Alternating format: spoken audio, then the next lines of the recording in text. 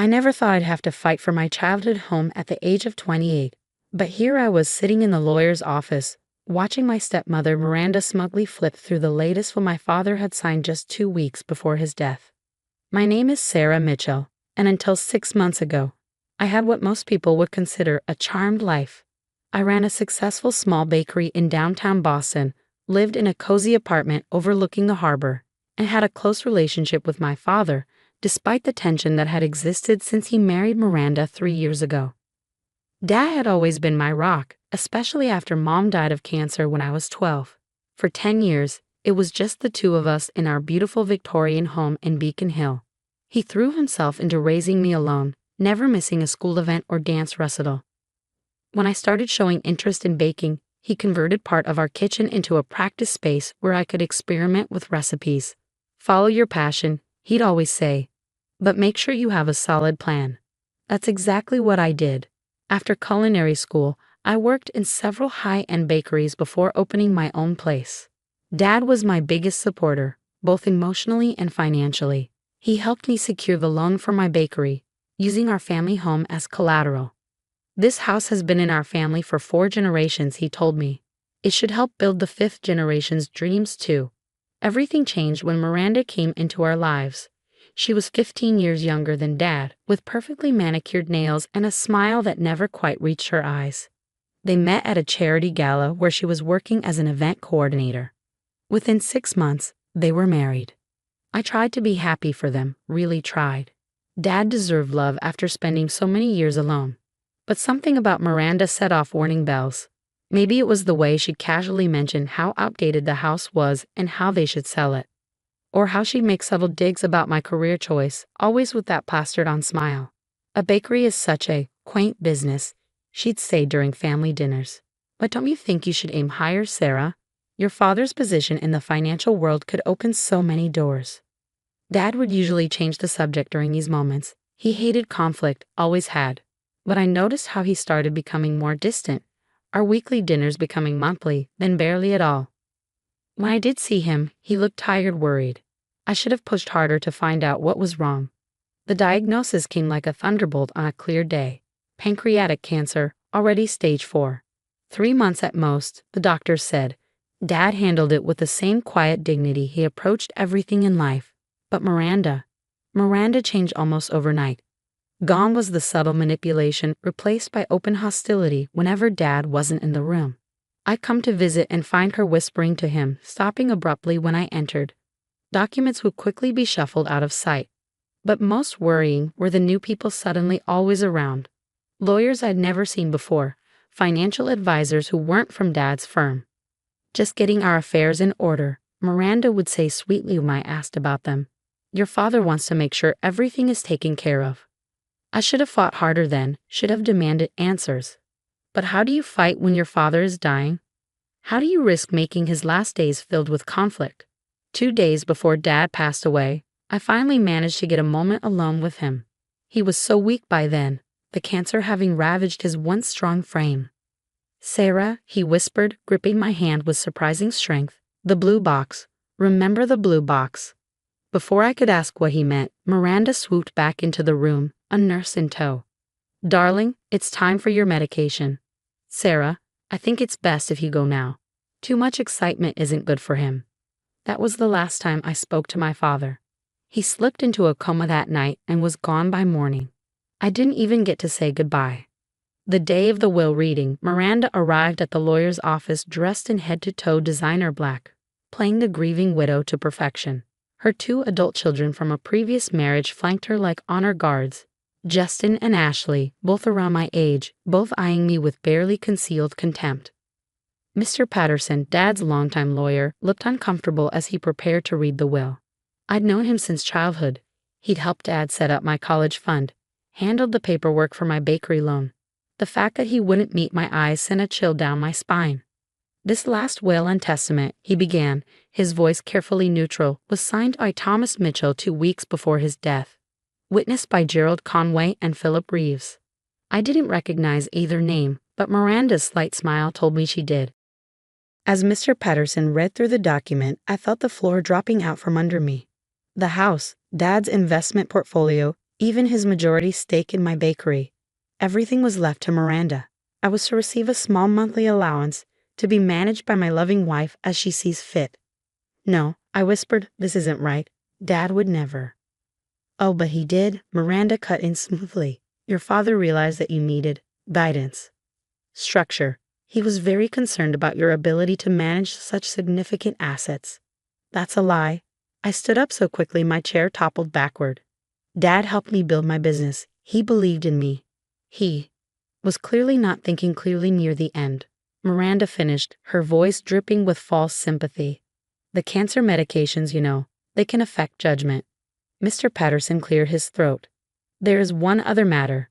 Mr. Mitchell's safety deposit box at First National Bank.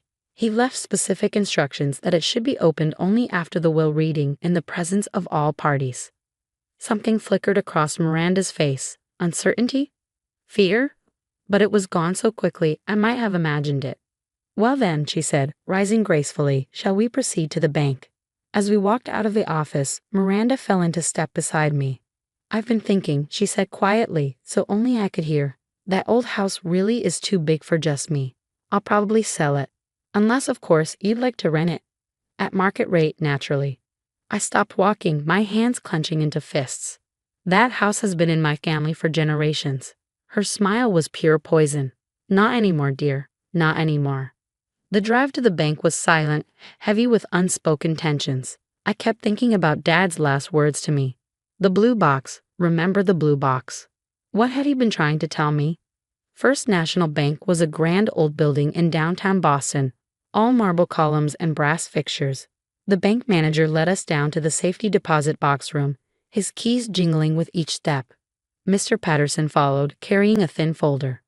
Box 2317, the manager announced, inserting his key. Mr. Patterson used a second key, and the box slid out smoothly. Inside was a single blue metal box, about the size of a shoebox, with a simple combination lock. My heart started racing. This was what Dad had been trying to tell me about. Well, Miranda demanded. Open it. Mr. Patterson shook his head. According to Mr. Mitchell's instructions, only Sarah knows the combination. All eyes turned to me. Miranda's confident smile wavered slightly. I stared at the lock, my mind racing. What would Dad have used? What number would he expect me to remember? Then it hit me. The date we opened my bakery. The day Dad said his investment in my dreams had paid off. With trembling fingers, I turned the dials. 0 to 41 to 7. The lock clicked open. Inside the box, neatly organized, were several envelopes and a USB drive. But what caught everyone's attention was the small voice recorder sitting right on top, with a post-it note in Dad's handwriting. Play me first. I picked up the recorder with shaking hands and pressed play. Dad's voice, weak but clear, filled the small room. My dearest Sarah, if you're hearing this, then things have happened exactly as I feared they would. Dad's voice, though weakened by illness, carried the sharp intelligence I remembered from my childhood. If you're listening to this recording, it means Miranda has done exactly what I suspected she would. Convinced me to sign a new will in my final days. I heard Miranda's sharp intake of breath beside me as Dad continued. What she doesn't know is that I've been documenting everything since the day she first suggested I update my will. The USB drive in this box contains video recordings from hidden cameras in my home office, showing Miranda and her lawyer discussing their plans while they thought I was sedated. You'll also find copies of emails between them, discussing how to manipulate me when the medications made me confused. Miranda lunged for the box, but Mr. Patterson smoothly stepped between us. Please continue playing the recording, Sarah. There's more, Dad's voice went on. In the green envelope, you'll find the real will I signed and had notarized 2 months ago, when I was still clear-headed. Mr. Patterson has the original in his office safe. In the blue envelope is documentation of every cent Miranda has embezzled from my accounts over the past year, including transfers to offshore accounts in her children's names. This is ridiculous, Miranda sputtered, her composure finally cracking. He was delusional at the end. Everyone knows that. But Dad had anticipated this too. I know Miranda will claim I was confused or delusional. That's why the yellow envelope contains sworn statements from my doctors, confirming that I was mentally competent until the final week of my life. The new will she forced me to sign is dated 2 weeks before my death. but hospital records show I was already on heavy sedation by then. The bank manager, who had been watching silently, spoke up. "Should I call security, Mr. Patterson?" "Yes," the lawyer replied calmly. "And the police? I believe they'll be very interested in this evidence." Miranda's face had gone from white to mottled red. "You can't prove anything. It's all lies from a dying old man who was a legendary financial investigator known for exposing fraud." I cut in, my voice steady despite my racing heart. "Who taught me everything he knew about following money trails and spotting cons." "That Dad."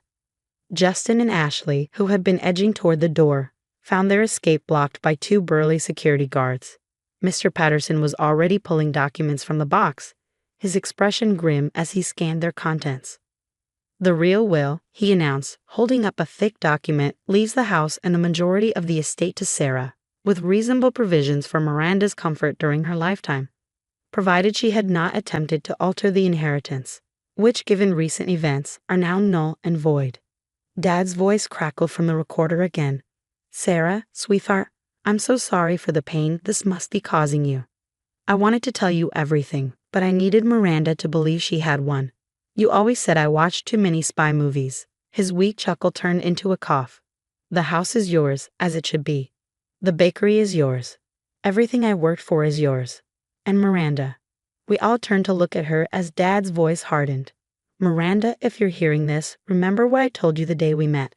That the most dangerous mistake a con artist can make is underestimating their mark. Consider this your final lesson." The next hour passed in a blur of police statements and formal accusations. Miranda, Justin, and Ashley were led away in handcuffs, charged with fraud, coercion, and attempted theft.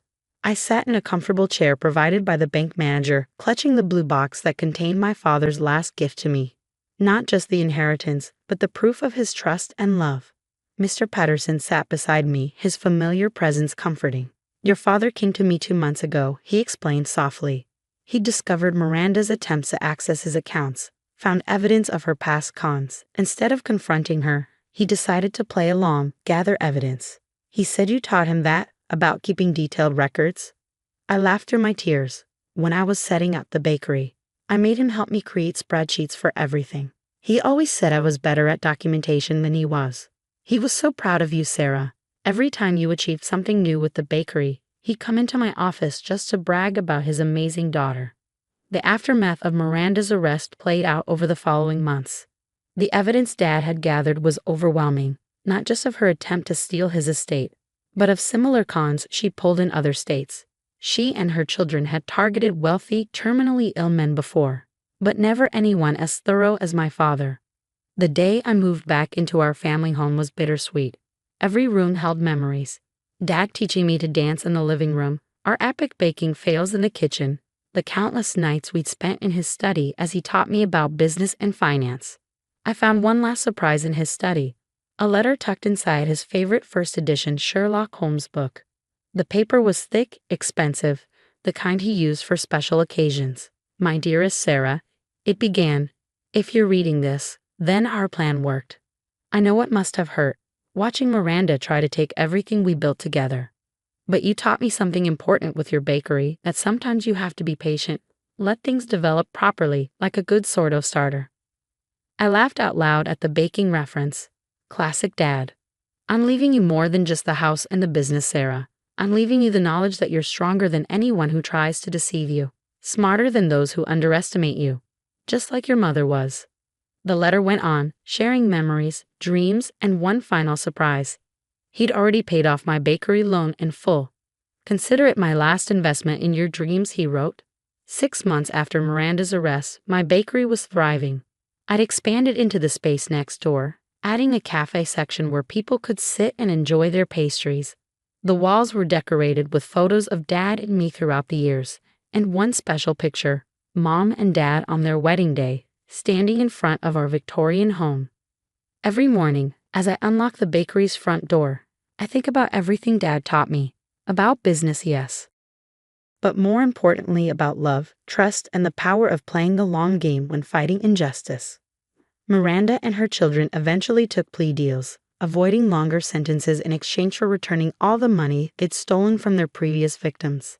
I testified at the sentencing, not for revenge, but to ensure the judge understood the pattern of their crimes.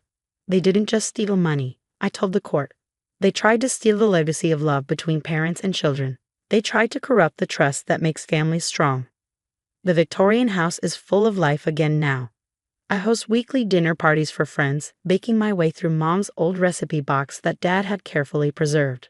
Sometimes Mr. Patterson joins us, sharing stories about Dad that make me laugh and cry in equal measure. Last week, while cleaning out an old closet, I found Dad's collection of spy novels. Tucked inside one was a bookmark with his favorite quote, "The best revenge is living well." Below it, in his neat handwriting, he added, "And having better evidence." I keep that bookmark in my office at the bakery now, a reminder that love doesn't just give us strength, it gives us wisdom, patience, and sometimes the perfect recipe for justice. They say you can't choose your family, but that's not entirely true. Every day, we choose how to honor the family we've lost, how to protect what they built, and how to carry their legacy forward.